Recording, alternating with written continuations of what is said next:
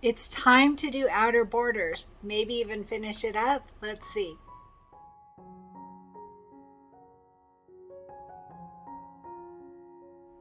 Hi everyone, Cristin here, and we are continuing with our July Cuties. We might even be able to finish it off today. Let's see.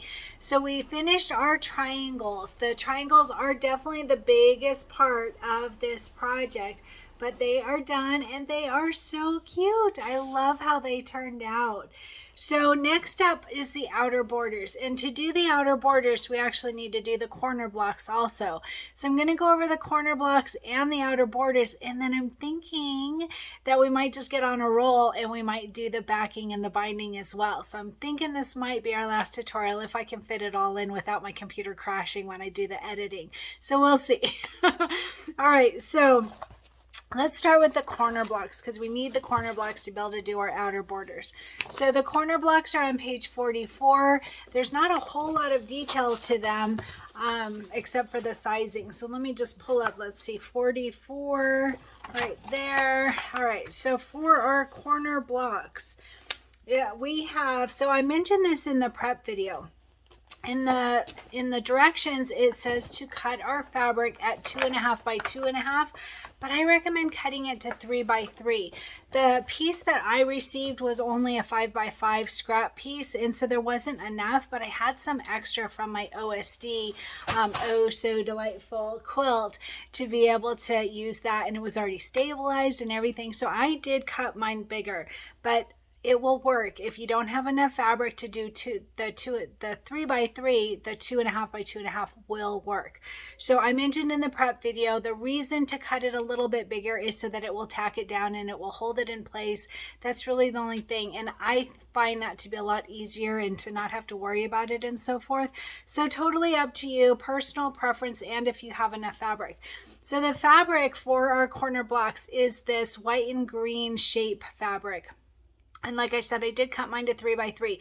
The other thing that can help, if yours is 2.5 by 2.5, I really recommend stabilizing these. All right, so I have my fusible backing on the back of each of these, and that will help so that it won't pucker, it won't pull those stitches in. Because if it pulls those stitches in, then your 2.5 block by 2.5 is actually going to be a little bit smaller, and we need these to be 2.5 by 2.5 to be able to have everything to fit with our outer borders. So that's the other reason to cut them a little bit bigger, and then after we do our quilting, then we can cut it down to size. So if that works for you, great. If not, do the 2.5, but I would recommend stabilizing them. All right, so like I said, it's this green with white fabric. I recommend 3 by 3. If you just can do 2.5 by 2.5, that will work. All right, so 4 pieces for our corner blocks. So one other thing is when we do our corner blocks, it says to do the quilting in white. I'm going to do it in green, that same green that we did for the top of our strawberries. I'm going to use that for my quilting. I've already made that decision. Personal preference, you can do it however you want to do it, but I like it to stand out a little bit, so I'm going to do that. All right, so then the other thing that we need for our corner blocks is our batting, because we are going to quilt these. So our batting is the same as what I recommend for the fabric. So 3 by 3, same as your fabric. 3 by 3, 4 pieces of batting, 1 for each of the corner blocks. All right, 4 pieces of batting, 3 by 3. Even if your fabric is 2.5 by 2.5, I still recommend doing the batting at 3 by 3 so that you can tack it down and trim it the way that we always do. All right, that's the corner blocks. Then we are going to quilt those. I think that part is on the inner page. Hold on a second. Let me go back to the beginning here. All right, so on page 6, sorry about that. So page 6 has our corner blocks. We're going to use Bitty Block Watermelon. I think we used that for something else in the last, maybe even June. No. Anyway, I think we used the watermelon before. I could totally be making that up. But the watermelon bitty block is what we're going to use for our quilting for those center or the corner blocks. The corner blocks, the bitty block watermelon. And those are in that quilting bundle. All right, so that's what we're going to do for the corner blocks. Hi everyone, I'm at my computer now and I want to show you if you choose to put more of the outer borders together in one hooping, and also the corner blocks. I'll show you that as well. But totally optional. You can do this on your machine if you choose, or if you've got Embellishment Essentials, then I can show you how to utilize that. So let's actually start with the corner blocks. I'm going to open up Embellishment Essentials, and it opens up to my 9x14 hoop. That's what I was using last. I'm going to change to, I think, my 6x6 hoop. Let's try that. So I'm going to go to this preferences folder, and I'm going to look for my 6x6 hoop, which is one that I added in. You could do this in your 5x7 hoop or an 8x8 hoop, whatever works for you. So I'm going to then go to this compass button here and click on H so that it will zoom into that hoop. So now I'm going to go to merge stitch file, and I'm going to look for the corner blocks quilting, which is that bitty blocks right here. Bitty blocks, that worked out well. And I am block by block. So I want to point out there's block by block or clear blue tiles. If you look at the clear blue tiles version, it just doesn't have the placement and tack down for the batting or the main fabric. You can see it's just the quilting design. So we're using the block by block technique, and the design that we're looking for is that watermelon. Look at how cute these are all going to be. So fun. So I'm going to double click on the watermelon block and I'm going to go ahead and make the changes to it now so that I can do a color sort later.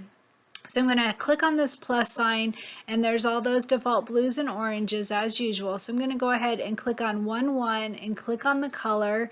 And then I'm just going to change to the first color that comes up for me, which is dark aqua. And I'm using Filtech Glide as my preferred thread color. And so these are the colors that come up for me. As I've said before, it doesn't matter what color you choose as long as they are the same, as far as you use the default one blue as one color and then another one, a different one, so that the ones that you want to join will join and the ones you don't want to join will not join. So I'll walk you through that process. So I'm doing dark aqua for this first one, and then clicking on 1-2, click on the color. The first color that comes up for me is Blaze, say okay. And then 1-3, click on the color. We've already used dark aqua, and if we were to use that same color again, then those would join, and then we would have the placement of the batting and the placement of the main fabric together, and that's why we are separating them. We don't want them to join together, so we're going to use the second color down, which for me is Marine, and say okay. And then 1-4, same thing, click on the color. We already used Blaze, so we're going to use Oriole, or the second color down for you. You can go ahead and choose your colors if you want, but it's just quicker to use the first ones that come up. And then this default 17 turquoise, we don't need to change that because there isn't another one, but since I'm here, I'm going to go ahead and do that. So I'm clicking on the color. The first color that comes up for me is Sprout, and say okay. All right, so those are all done. So now we can click outside of the area so that nothing is selected. If we hadn't done that, it would only copy and paste that last part because that's what was selected. All right, so now we are going to, I like to close it so that I can click on the whole design. And I'm going to go ahead and I'm going to move it into place. To do that, you have to click on the stitching to be able to move it. And I'm just moving it over to the upper left-hand corner. All right, so that one is all done. I'm going to go ahead and say Control-C to copy. Actually, I don't have anything clicked on, sorry. Click on the design and then Control-C to copy, and then Control-V like victory to paste. And you can see that now we have two designs. It looks like there's only one because it's on top of the first one, but we can just move it over. You can grab it and move it over with your mouse, or you can use the keyboard buttons to move it over, whatever works for you. And you can see I went too far. Okay. All right, so that's number 2. I'm going to hit Control-V like victory again to paste a third one. And this one I'm just going to use the mouse, not the mouse, the keyboard buttons to bring it down to the bottom left-hand corner. And then I'm going to say Control-V like victory to paste a fourth one. And this one I'm just going to grab the stitching and bring it over to the bottom right hand corner. All right, so now we have 4 designs. I'm going to go ahead and just close these so you can see them all. There's our 4 designs, and so we have 20 color steps right now. If we do a color sort, we can very likely get that down to 5 steps, quick and easy. It will just run through all of them so much simpler, and faster. and save on stabilizer too. So I'm going to go ahead and I'm going to go to Utility Color Sort and make sure that you have these same settings that I have. See, this RHS pre-sort is not selected, the force applique position and material are not selected, and tolerance is at 0. All right, so that you get the same settings as me, you want to have these same settings. All right, so the design has been reduced by 15 color changes. So I'm going to click New View to make sure that it did what I wanted it to do, and it opens up a second tab, and in that second tab they're all under one design. So I'm going to just quickly click through these. There is our placement for our batting and our tack down for our batting, our placement for our main fabric and our tack down for our main fabric, and then the quilting design. Super easy. That was so very simple. So I'm going to do a file, save stitch file as, in case we use these watermelon bitty blocks again at a later time, then I've got it already all done. So I'm going to go ahead and I'm going to go to my Cuties table topper to save it, and let's see. This one I believe is the quilting, so I'm going to click on that, embroidery files, Pez, and there's our bitty blocks. I'm going to put it in my bitty blocks block by block, and I'm going to just say watermelon times 4.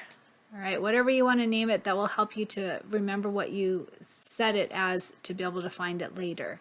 And then I'm going to go to Utility, Send to Solaris because my machine is on, and File Sent to Machine. All right, so that works on Wi-Fi ready machines. There are several of them, but not all of them. So you need to know your machine. You can contact your machine shop and see if your machine does that. If not, you would just bring it to a USB stick, and I showed how to do that on the very first tutorial with the center squares. I showed how to transfer it, how I transfer it to a USB stick. All right, that one is done.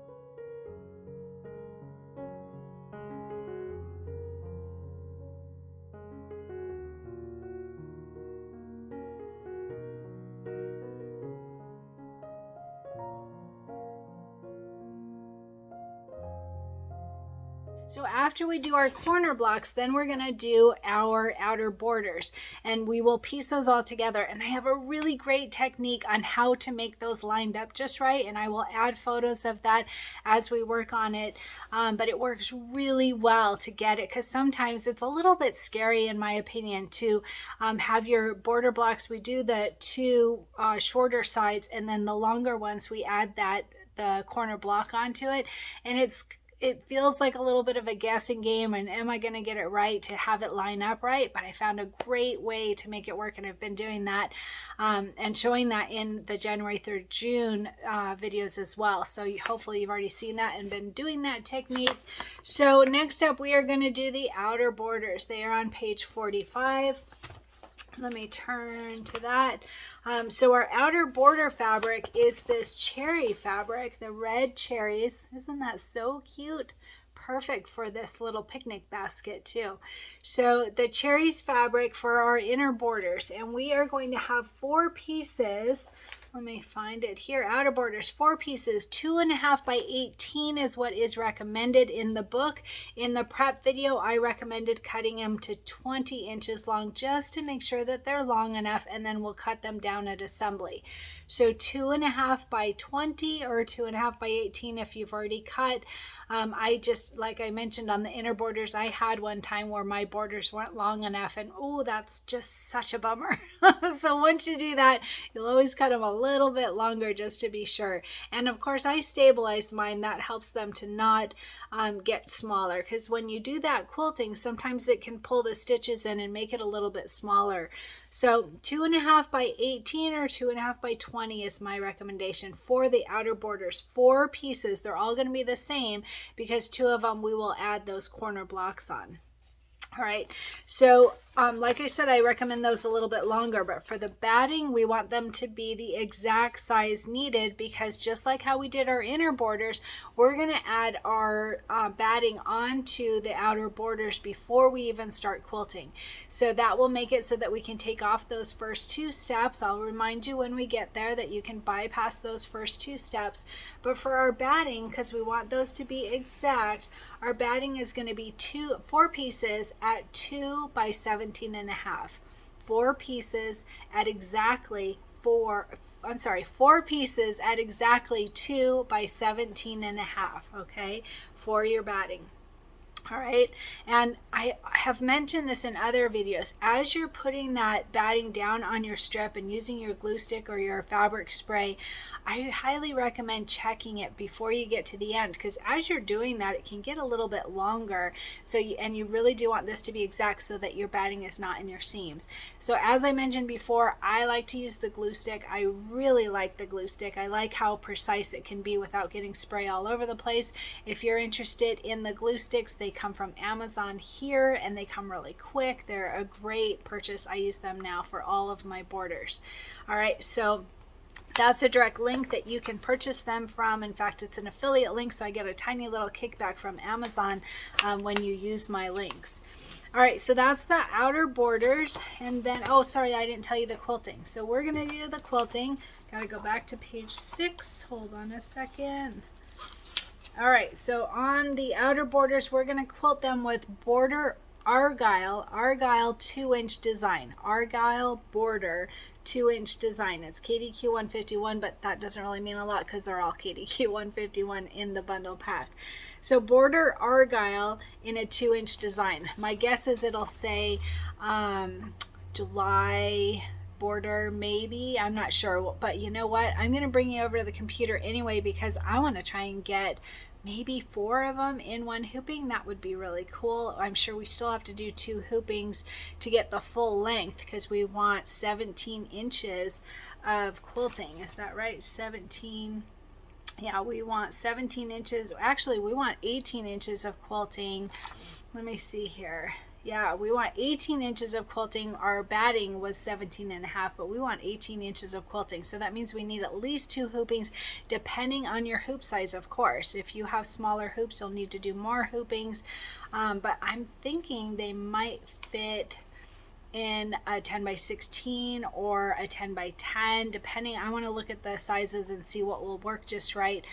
For those of you with a 9.5 by 14 hoop, they probably will fit. Let's see, 2, 4, 6, 8. It will be very tight, but the borders don't have a lot of extra fabric, so that should work actually.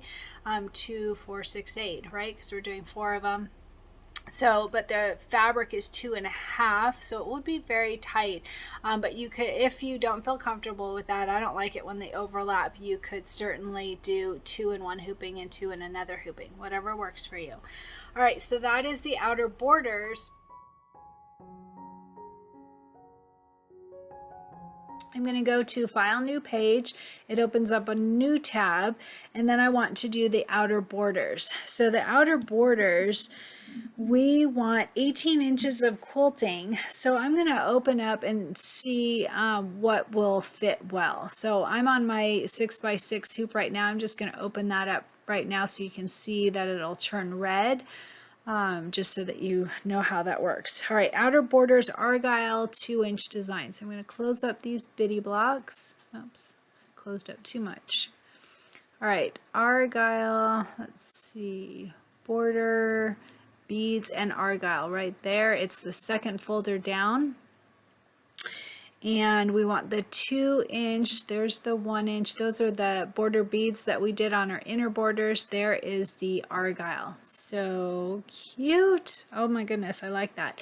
This is my first time seeing it. All right, I'm going to double click on this 2x10 just so that we can start to see the different sizes. Now see that this turned red to show us that we are well outside of our hoop area. So make sure to pay attention to that. I'm going to open up my 10x10 hoop and see what will fit. So I'm going to this preferences folder, I'm opening my 10x10 hoop, and depending on the size, I may use my 10x16 or my 9x14. So I'm on my 10x10 hoop and my selected design is 2.5 by 9 7/16. So just under 9.5 inches, which actually that would work really well because if we want 18 inches of quilting and we do this 2 times, we would have just over 18. So that actually works out perfectly. So I'm going to do this design. This is the 2x10. So again, it depends on your hoop size and how many hoopings you want to do and all of that. So I'm going to go ahead and I'm going to take this and I'm just going to move it all the way over to the left-hand corner, not corner, left-hand side. And I want to make sure to change these before I do my copy and paste. Now remember, just like on our inner borders, this 1, 1, and 1, 2, this is our placement and our tack down of our batting. And we're going to put our batting, if you're going to follow along with me, I'm going to put the batting right onto my fabric strips so you can delete step 1 and step 2. And then you don't have to change any colors because they're different. You can see default one blue, light orange, and a turquoise. So you can delete these. I'm going to keep them because I want to make sure to tell everyone to bypass them for those that aren't using software. But for you, you can highlight them and click delete on your keyboard and be done with those. All right, I think you can also right click. No, I was thinking you could right click to delete too, but no. All right, so anyway, that one is done for you if you've deleted this 1 and 2. I am going to change this one color so that it will not join with this other default one blue. So I'm going to click on the color and I'm going to change it to dark aqua. All right, and then all the others are fine. So that is done. Now I need to make 4 of these. So I'm going to go ahead and copy it.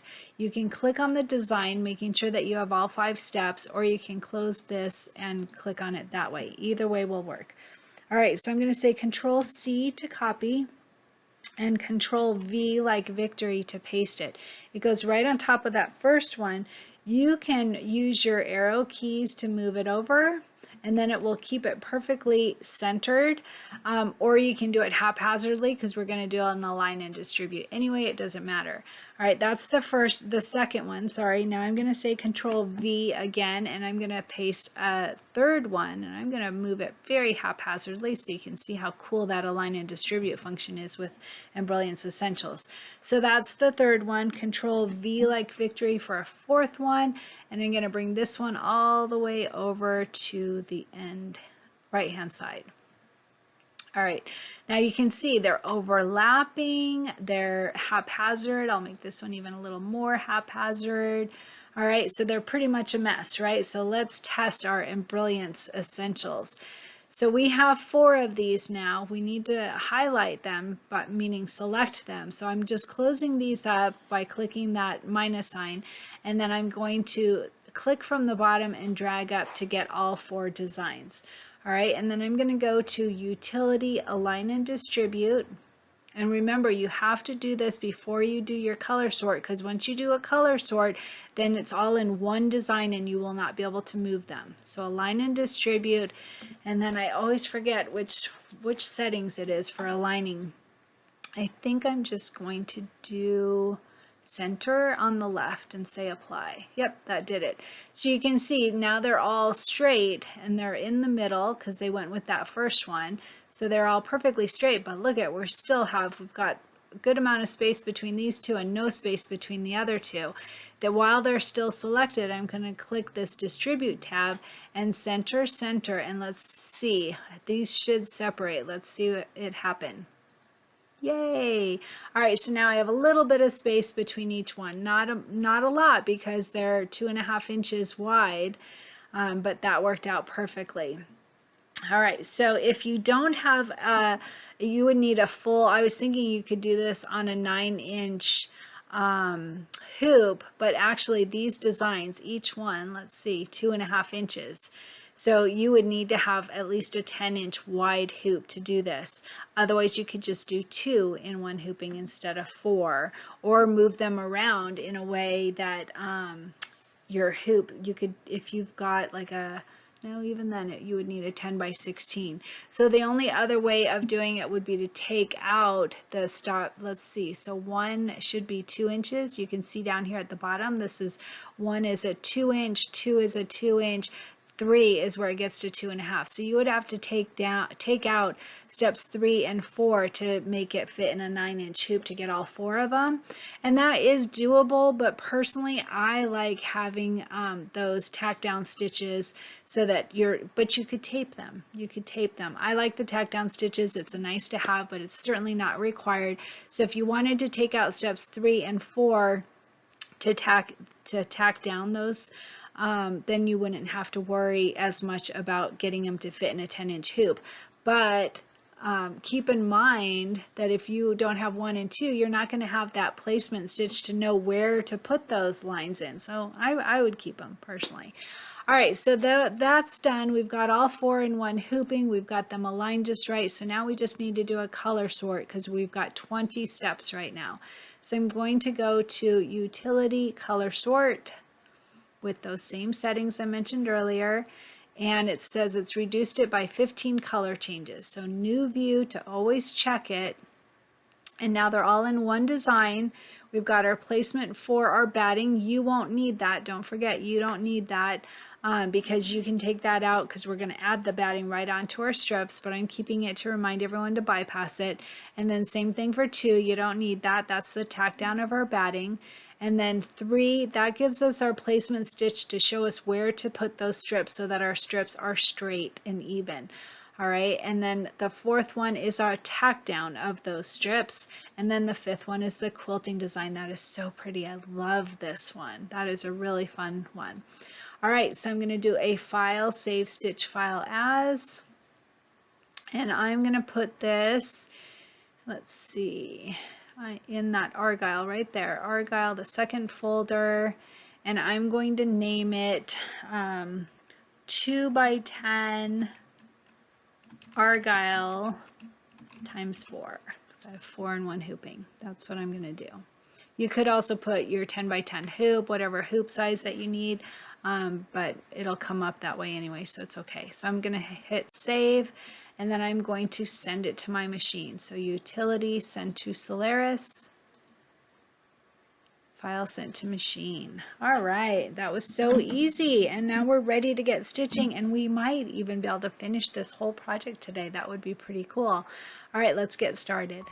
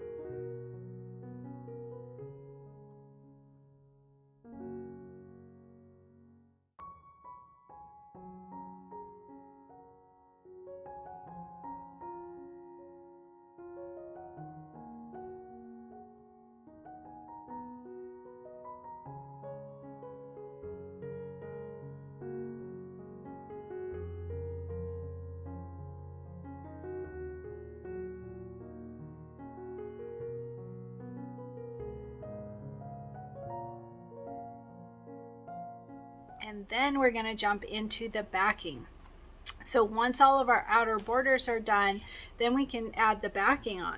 So the backing is, like I mentioned in the prep video, mine is a silky solid, a golden silky solid, and we just want this 24 by 24 if I recall. Yep, 24 by 24 for our backing fabric.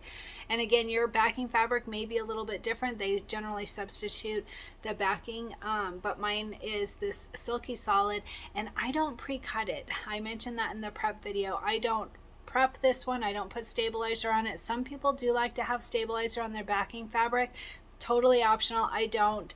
And I don't add an extra layer of batting when I do my back fabric. All right, that's up to you. You can. We're going to stitch in the ditch. You can add an extra layer of batting if you choose. I choose not to. But 24 by 24 is what is in the book. But what I do is I put my completed, once the outer borders are sewn on in the corner blocks, I put that on top of my backing fabric, and then I start stitching in the ditch. I don't cut it until after it's done with the quilting. And the quilting, I mean the stitch in the ditch. So that's what I do. So I don't pre-cut it for your backing fabric. Okay, so when we do that, we're going to do our stitch in the ditch. So whenever we do our stitch in the ditch, I always recommend these really great pins. I bought some bad pins a bunch of years ago just because they were pretty, they were colored. I won't make that mistake again. So these are by Dritz. I will add a link here for them. They're sharp, they make the process so easy. We are going to pin each of the blocks so that we can do the stitch in the ditch, and it will hold the backing fabric on just right so that we won't get any puckering or any messes on the back fabric. So the pins I think are great. The other thing I like to do when I do stitch in the ditch is I like to use my Move It foot. This is a walking foot. It's by Brother, from my Brother machine. I'm sure Baby Lock has probably the exact same one. Other machines I'm sure have a walking foot. So whatever works for your machine that's got that like dual feed and stuff. And then I use a stitch in the ditch foot. I don't have it on here right now, but it's got this little piece that sticks out at the bottom here, and it just kind of makes a little divide of the fabric so that you can stitch right in the ditch there. And I do have the stitch in the ditch foot. I just didn't grab it before this, but I recommend that. Someone recommended it for me, and I was like, oh, it's probably too expensive. I didn't do it, and I ended up finally doing it. With all this stitch in the ditch that we do on all these quilts and wall hangings, it's a pretty great purchase. I really like mine, so I recommend that. If you have a stitch in the ditch foot, it's great. A walking foot of some sort will make the process a little bit easier because you're going through several layers of fabric and batting. And the other thing is invisible thread. All right, so you really want invisible thread. I will add a link here to the one that I use. I'm using Gutermann today. I really like this. It works really well for stitching in the ditch so that you can't see every little stitch, and nobody's going to sit there and check to make sure that you got it all the way in the ditch. But this invisible thread makes it like great. Super easy to do. So this works really well for me. I really like it to stitch in the ditch, and that again is an Amazon delivery as well, so it comes quick and easy.